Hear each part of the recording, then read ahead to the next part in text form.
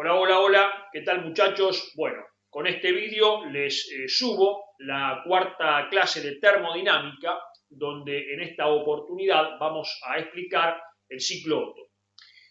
Antes de entrar en la explicación de este ciclo, no está de más recapitular cómo funciona un motor de ciclo Otto de 4 tiempos. Para esto vamos a apoyarnos en esta figura, en este dibujo que les hice, ¿no? Y explicar su funcionamiento. Bueno, decimos que es un motor de ciclo Otto de 4 tiempos que se realizan en 2 vueltas completas de su cigüeñal, ¿no? Bien. Primer tiempo. El pistón pasa del punto muerto superior al punto muerto inferior, ¿no?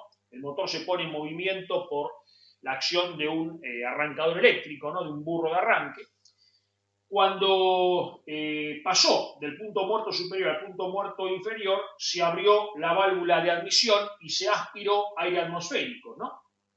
Simultáneamente, un elemento llamado inyector pulveriza delante de la válvula de admisión una pequeña cantidad de combustible finamente pulverizado y perfectamente dosificado, es decir, de nafta. Esto es importante en cuanto a la dosificación porque la mezcla tiene que estar perfectamente balanceada del punto de vista químico, vamos a decir, ¿no?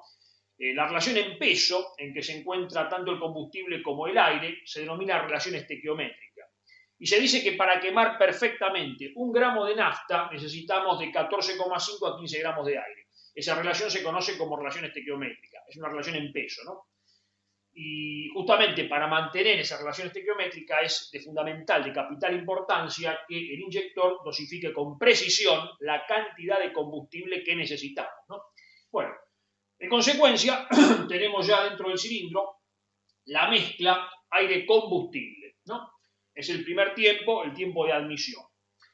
Segundo tiempo, cerradas las 2 válvulas, sube el pistón del punto muerto inferior al punto muerto superior y se comprime la mezcla tomando un volumen mínimo denominado cámara de combustión, ¿no? Antes de continuar, ya que hablamos del inyector, les quería hacer una apreciación. En este caso yo dibujé el inyector delante de la válvula de admisión porque estamos considerando un sistema de inyección indirecta, es decir, el inyector se coloca delante de la válvula de admisión. Para que ustedes lo vean mejor, yo les voy a mostrar el dibujo de un motor en corte, donde se puede apreciar el inyector colocado delante de la válvula de admisión, ¿no? Sistema conocido como inyección indirecta. Los sistemas de inyección directa son aquellos donde el inyector está colocado directamente en la cámara de combustión, ¿no? Bueno, es una acotación al margen. Como dijimos, tenemos el segundo tiempo, que es la compresión de la mezcla. La mezcla adoptó un volumen mínimo, que es el volumen de la cámara de combustión. Ahora bien, por medio de una bujía se hace saltar una chispa eléctrica, ¿no? Un arco eléctrico, ¿no? O arco voltaico, y se inflama la mezcla, ¿no? Se combustiona. Al combustionarse, la expansión de los gases calientes produce justamente el tercer tiempo, que es la expansión, ¿no? Donde el motor entrega trabajo, tenemos la carrera motriz. Finalmente, el pistón, o inercia de un volante, pasa nuevamente del punto muerto inferior al punto muerto superior, abriéndose la válvula de escape y produciendo el barrido o evacuación de los gases quemados producto de la combustión. Bueno, esto es más o menos cómo funciona el motor para que ustedes tengan presente, ¿no? Su funcionamiento cuando vamos a explicar ahora el ciclo termodinámico. Acá, cuando yo puse el punto muerto inferior, nos vamos a referir al volumen B sub 1, ¿no? Que es el volumen máximo cuando el pistón está en el punto muerto inferior. Y B sub 2 es el volumen de la cámara de combustión cuando el pistón se encuentra en el punto muerto superior. Bien, acá tenemos el ciclo termodinámico teórico del motor Otto. Los ciclos, como ya habíamos visto, se grafican en un diagrama presión-volumen específico, conocido con el nombre de diagrama de Clapeyron. Bien, tenemos acá el ciclo ideal y abajo tenemos el ciclo real. Para que esto sea más didáctico, yo voy a explicar estos ciclos detrás de cámara utilizando un puntero láser para ir marcando las diferentes etapas del ciclo. Bien, comenzamos. Tenemos el primer tiempo. El primer tiempo está representado en el ciclo por la operación MA,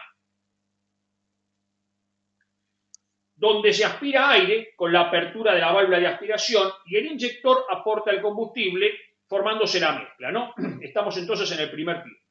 Bueno, ahora en el segundo tiempo, con las dos válvulas cerradas, se comprime la mezcla desde el punto muerto inferior al punto muerto superior.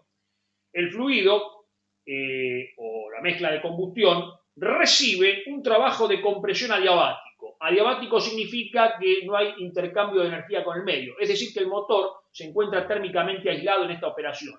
Que vamos a ver después que en la práctica esto no puede realizarse, ¿no? En este caso nos encontramos en la operación o en la secuencia del ciclo AB, como ustedes pueden apreciar. Al final de la operación, el fluido se reduce al volumen de la cámara de combustión que ya explicamos en el esquema del motor. Muy bien. Ahora, en el punto B del diagrama, se enciende la mezcla por el arco eléctrico que salta en la bujía y se produce la combustión, operación conocida en el diagrama como BC. La temperatura y la presión en este caso de la mezcla aumentan a volumen constante y el fluido recibe Q1 calorías de la fuente caliente, es decir, que hay una transformación de la energía química del combustible en energía calórica, ¿no? En este caso, como vemos en el diagrama, en esta parte se produce la entrega de energía térmica por parte de la fuente caliente, que es la combustión. Bueno, pasamos ahora al tercer tiempo. Los gases producto de la combustión realizan la expansión adiabática CD. Hasta el punto muerto inferior. Se abre ahora la válvula de escape y baja la presión de los gases, operación conocida en el diagrama como DA, con enfriamiento a volumen constante. El fluido en este caso entrega Q2 calorías a la fuente fría. Acá tenemos la cesión de calor a la fuente fría, que puede ser el sistema de enfriamiento o la atmósfera, ¿no? Y finalmente, en el cuarto tiempo, que es la operación AM, se expulsan los gases producto de la combustión y en el punto M del diagrama se reinicia el ciclo de trabajo. Bueno, acá tenemos que entender de que toda esta operación es ideal, es teórica, este ciclo es teórico, porque en la práctica el ciclo adquiere esta forma. Fíjense que está completamente deformado, ¿no?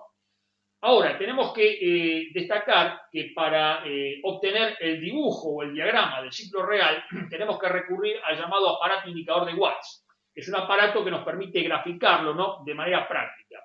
Esto en realidad se va a ver en sexto año, en el laboratorio de ensayo de motores de sexto, pero yo ya subí un video, ¿no?, referido a aparatos indicadores, o sea que aquel que tenga interés lo puede visualizar. Bueno, como dijimos, este ciclo ideal no se cumple en la práctica y el que sí se cumple es el ciclo real, que está completamente deformado, ¿no?, a comparación del de arriba. ¿Y por qué justamente se produce esto? Bueno, por los siguientes motivos. Punto 1. La combustión a volumen constante no se puede realizar, ¿no?, porque evidentemente eso incluso dañaría la máquina, ¿no? Y por ese motivo lo que se hace es un adelanto de la chispa en el encendido. Por otro lado, las operaciones AB y CD reales no son adiabáticas, es decir, son operaciones donde no se puede aislar térmicamente a la máquina, porque está permanentemente en contacto con el sistema de enfriamiento, ¿no? Es decir, que los procesos adiabáticos, aquellos donde no hay intercambio de energía con el medio, en la práctica no se pueden verificar. Bien, por otro lado, la admisión de aire, como ya explicamos, se realiza por medio de una depresión, es decir, con una presión inferior a la atmosférica. Y la expulsión de los gases quemados o gases de escape se realiza a una presión que es mayor a la atmosférica. Por ese motivo, el diagrama adopta esta forma, ¿no? Es importante destacar que en la práctica las válvulas, como ustedes ya sabían, por tecnología del taller, no se cierran y se abren acorde a los 4 tiempos ya explicados, sino que la apertura y cierre de las válvulas, ¿no?, se produce un poco antes o un poco después. Tema, ¿no?, o caso conocido como adelanto o retraso en las aperturas y cierres, ¿no? Eso se verifica en el llamado diagrama real de distribución, que ustedes, bueno, ya lógicamente habrán visto en el taller. Bien, esto en cuanto a los ciclos. En cuanto al rendimiento del ciclo, al rendimiento térmico, aclaremos una cosa. En términos prácticos, ¿qué es el rendimiento térmico? Bueno, el rendimiento térmico es el grado de aprovechamiento que yo hago del combustible. Cuando el rendimiento térmico es elevado, estoy aprovechando muy bien el combustible. Cuando el rendimiento térmico es bajo, estoy desaprovechando ese combustible. Acá hay un tema que hay que siempre tener en cuenta, que lo explicamos en el vídeo anterior, que toda máquina térmica fundamenta su funcionamiento en el segundo principio de la termodinámica. Es decir, que una máquina térmica para que funcione requiere de 2 fuentes de energía, una llamada caliente y otra fría. ¿Por qué? Porque la cantidad de calor que suministra la fuente caliente es transferida a la fuente fría y en esa transferencia térmica la máquina toma una pequeña cantidad de calor para transformar en trabajo. El resto del calor, o sea, el calor que yo estoy aportando a la fuente fría, irremediablemente se va a perder, no se va a poder aprovechar. Por eso una máquina térmica, por más que sea incluso ideal, nunca va a tener un rendimiento de un 100%. Bueno, entonces volviendo al tema de rendimientos, vamos a ver solamente en este caso el rendimiento teórico, porque los rendimientos reales se verán el año que viene en el laboratorio de motores de sexto. El rendimiento térmico, como decía, ideal, responde a esta expresión, ¿sí? Esta es la letra Y eta, mu eta, es igual a 1 menos 1 sobre epsilon elevado a la k menos 1. Bueno, epsilon es el grado de compresión, ¿no? O sea, la relación entre volúmenes, como ya vimos, ¿sí? Y K es la constante de las adiabáticas. Y la constante de las adiabáticas es la relación entre los calores específicos a presión y volumen constante. Pero como esto es una clase elemental, sin entrar en detalles, decimos que el coeficiente K depende del combustible, nada más. En consecuencia, mayor va a ser el rendimiento térmico cuanto mayor sea el grado de compresión, ¿no?, que a su vez está relacionado con el coeficiente K y que depende, como dijimos, del combustible. A modo de ejemplo, si nosotros usamos como valores 1,4 para K y 7 para epsilon, reemplazando estos valores en la ecuación, obtenemos un rendimiento de aproximadamente un 54%, ¿no?, que es un rendimiento altísimo, ¿no? Por eso es justamente un rendimiento teórico o rendimiento ideal. El rendimiento real está muy por debajo de esto. Pero cuidado, no podemos llegar nunca a un rendimiento de un 100% por el segundo principio de la termodinámica, ¿no? Porque hay una parte del calor que, como dijimos, se va a perder en la llamada fuente fría. Es decir, que una máquina térmica no puede funcionar con una sola fuente, no puede aprovechar todo el calor. Requiere de 2 fuentes, tiene que haber transferencia de calor de una fuente a otra, tiene que haber, lógicamente, pérdida de calor, y a partir de ahí, esa máquina térmica, lógicamente, funcionará según su ciclo. Bueno, esto es lo que yo le quería decir, como siempre, siguiendo esta línea de vídeos elementales. Dejamos solamente expresado el concepto y ya nos veremos en un próximo vídeo con un próximo trabajo práctico. Gracias por estar.